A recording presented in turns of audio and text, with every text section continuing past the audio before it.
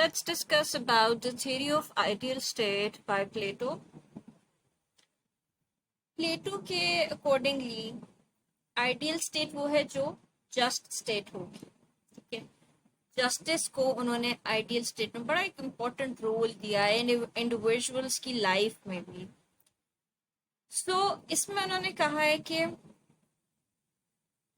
जो हमारे पास एक स्टेट है, स्टेट में सिटीजन्स होते हैं. ठीक है, उसको उन सिटीजन्स को उन्होंने 3 कैटेगरीज में डिवाइड किया है. जिस तरह हमने लास्ट टाइम डिवाइड किया है इंडिविजुअल्स को और हमने पॉपुलेशन को डिवाइड किया था, अब वो 3 कैटेगरीज में सिटीजन्स को डिवाइड करें. One is artisans. ये वही चीजें, बस नाम डिफरेंट है. Auxiliary and finally philosopher Kings. ठीक है, लास्ट टाइम उन्होंने कहा था जी लेबर, मिलिट्री एंड फिलोसोफर. ठीक है, इंडिविजुअल को जो उन्होंने किया था वो क्या था? Appetite,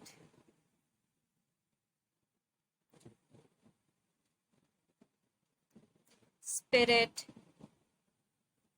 and intelligence.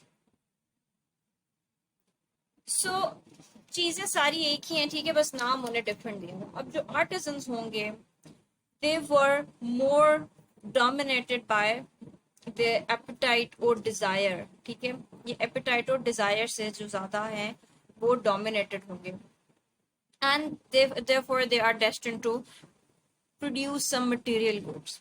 जो auxiliaries होंगे, this is a class of guardians. They were ruled by spirit and their souls and possessed the courage necessary to protect the state from invasion. तो ये auxiliary होगी, spirit से ये dominated है. And finally आ जाता है philosopher king, जो कि लीडर्स हैं आइडियल स्टेट के. They had souls in which reasons reign over spirit and appetite and as a result possess the foresight and knowledge to rule wisely. इसको आप intelligence कह लें या रीजन कह लें. सो प्लेटो के accordingly these rulers, they were not merely elite intellectuals but moral leaders. ठीक है, ये moral leaders हैं. And in the just state, each class of citizens had a distinct duty to remain faithful to its determined nature and engage solely in its destined occupation. जिस तरह हम justice में already discuss कर चुके हैं. Division of labor, कि हर बंदा अपनी occupation से connected रहेगा और उसको वही काम करना है. The proper management of one's souls would yield immediate happiness and well-being, and specific educational methods would cultivate this brand of spiritual and civic harmony. इसमें हम education के बारे में भी discuss करेंगे. Now discuss about some salient features of ideal state. अब concept of justice क्या है ideal state में? प्लेटो के अकॉर्डिंगली justice जो है वो सिर्फ एक mere abiding laws नहीं है. ठीक है, the intrinsic nature of the human essence. It is not the victory of the powerful over the powerless society, seeing that it defends the powerless against the powerful. ठीक है, victory नहीं है बल्कि powerless को against the powerful defend करना है. An equitable state.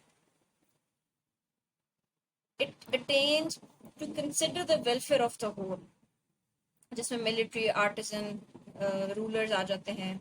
They all behave in a specific way. They ought to behave in such a society. Rulers are prudent, soldiers are courageous. ठीक है, रूलर्स क्या है? रूलर्स क्या है? Prudent हैं. Soldiers जो हैं वो courageous हैं. And all the producers perform self-control or moderation. ठीक है. So justice is the essential subject of Plato's Republic. Ideal state में भी justice होना बहुत जरूरी है. Salient features में we are discussing. पहला point, justice in ideal state.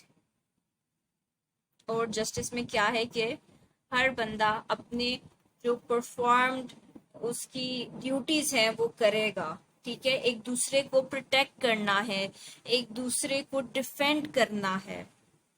यहाँ पे जस्टिस से मतलब है डिफेंस, आपने डिफेंड करना है,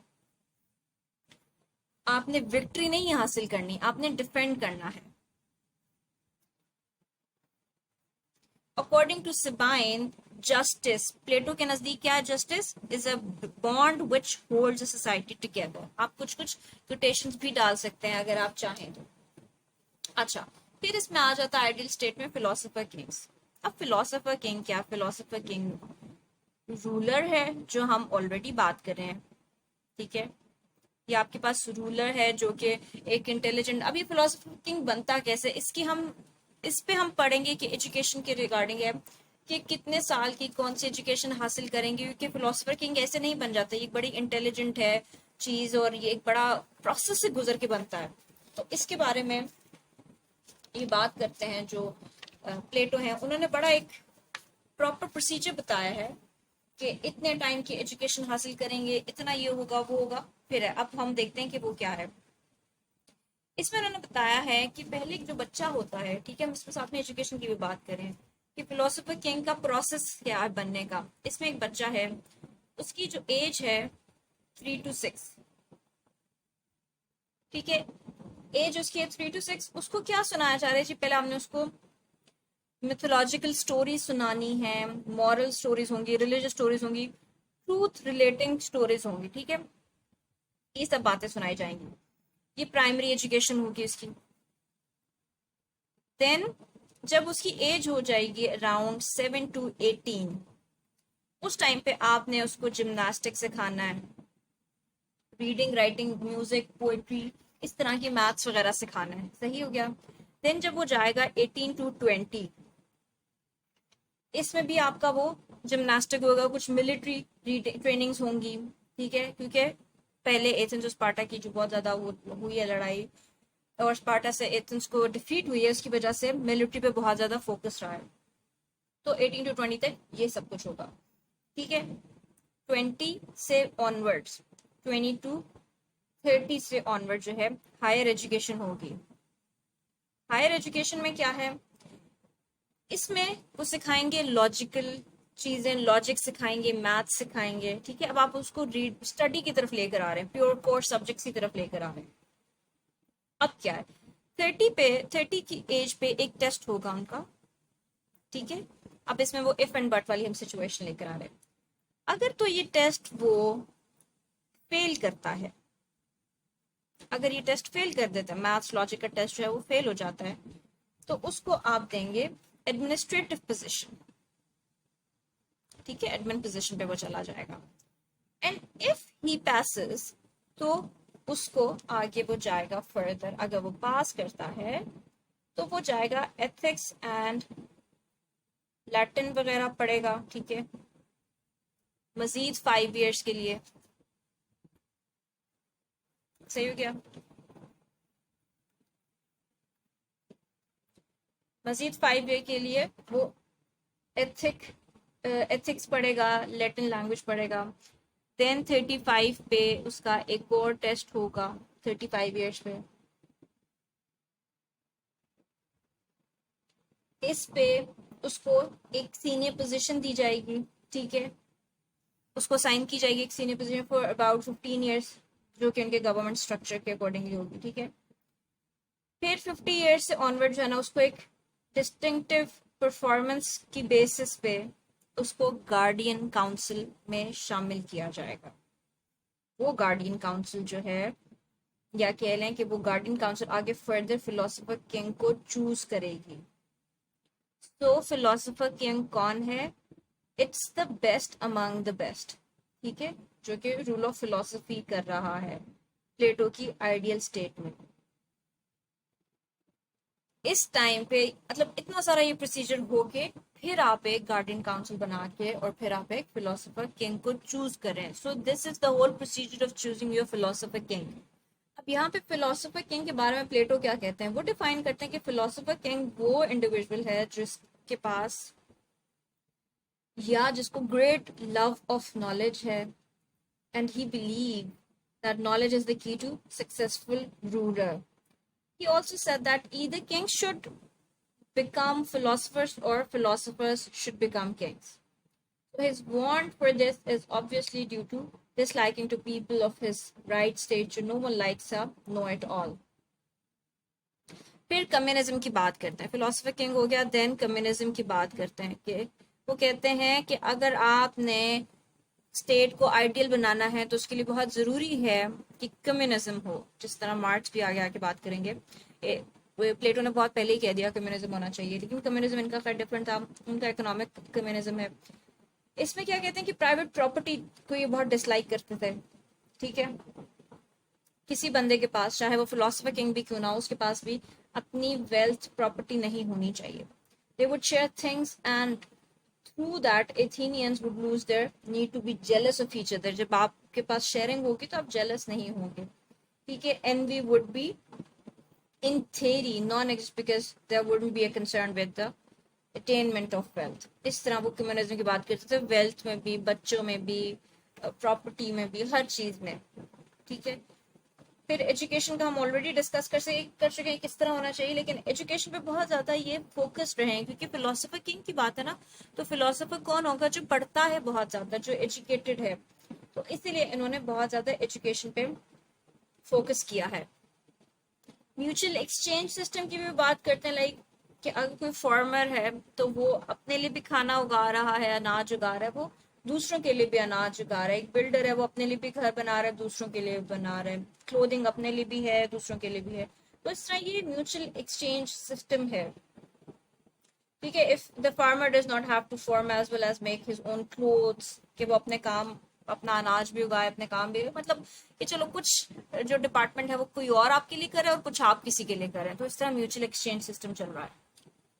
सही, तो यहाँ तक हमारे सेलिएंट फीचर्स. अब इसमें थोड़ा सा क्रिटिसिज्म भी आ जाता है. ठीक है, जैसा ये टेम्पररी मैरिजेस हो गई, based besides this thought of temporary marriage by Plato is also implacable and nobody will agree with this sort. Communism की जो बात है, रूल ऑफ लॉ होना चाहिए. It's an ideal state. Plato has ended the concept of rule of law. Rule of law को उन्होंने बिल्कुल neglect किया. इस पे ये क्रिटिसिज्म किया जा रहा है. Whereas the rule of law in any state is not important. ठीक है, role of law by giving absolute powers to philosopher king, क्योंकि philosopher king के पास absolute power है ना, वही सब कुछ कर रहे हैं. तो रूल ऑफ लॉ तो खत्म हो गया. ठीक है, फिर इसी तरह ये लोअर क्लास को निगलेक्ट कर रहे हैं. लोअर क्लास को उन्होंने अपनी आइडियल स्टेट में बिल्कुल निगलेक्ट किया है. मेजर पार्ट जो है, जो कि whole of the population is consisted of lower class, क्योंकि वही जो चीजें सारी बना रही सब कुछ है, उनके बगैर तो फिलोसफर किंग कुछ भी नहीं है ना. उनको निगलेक्ट किया जा रहा है. डेविएशन है ह्यूमन नेचर से, क्योंकि जिस तरह Plato has deviated from human nature by depriving the rulers of an ideal state from property and family. तो ये this is like the human nature, तो आप उसको deviate कर रहे हैं. Character is important than wisdom. Plato has given more importance to characters as compared to wisdom in his conception of ideal state, so which cannot be said correct. Plato's ideal state is not complete. Why? Because the sketch of ideal state of Plato cannot be considered as complete because Plato has neglected important needs of society while explaining the ideal state. ठीक है, तो ये कुछ criticism है इन पे. बाकी आपको इसमें मैंने एजुकेशन के बारे में बता दिया कि जिस तरह उन्होंने कहा कि इतनी इतनी एजेस पे एजुकेशन इस तरह देंगे.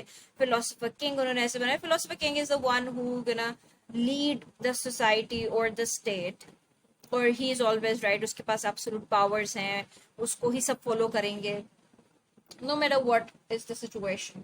ठीक है, तो ये उनकी सारे फिलोसफर किंग के बारे में था. ठीक है, और ये उनकी एक आइडियल स्टेट थी जिसमें एजुकेशन भी पढ़ लिया, जस्टिस भी पढ़ लिया और आइडियल स्टेट भी पढ़ लिया. तो हमारा यहाँ पे प्लेटो का जो टॉपिक है वो खत्म हो जाता है. Thank you so much.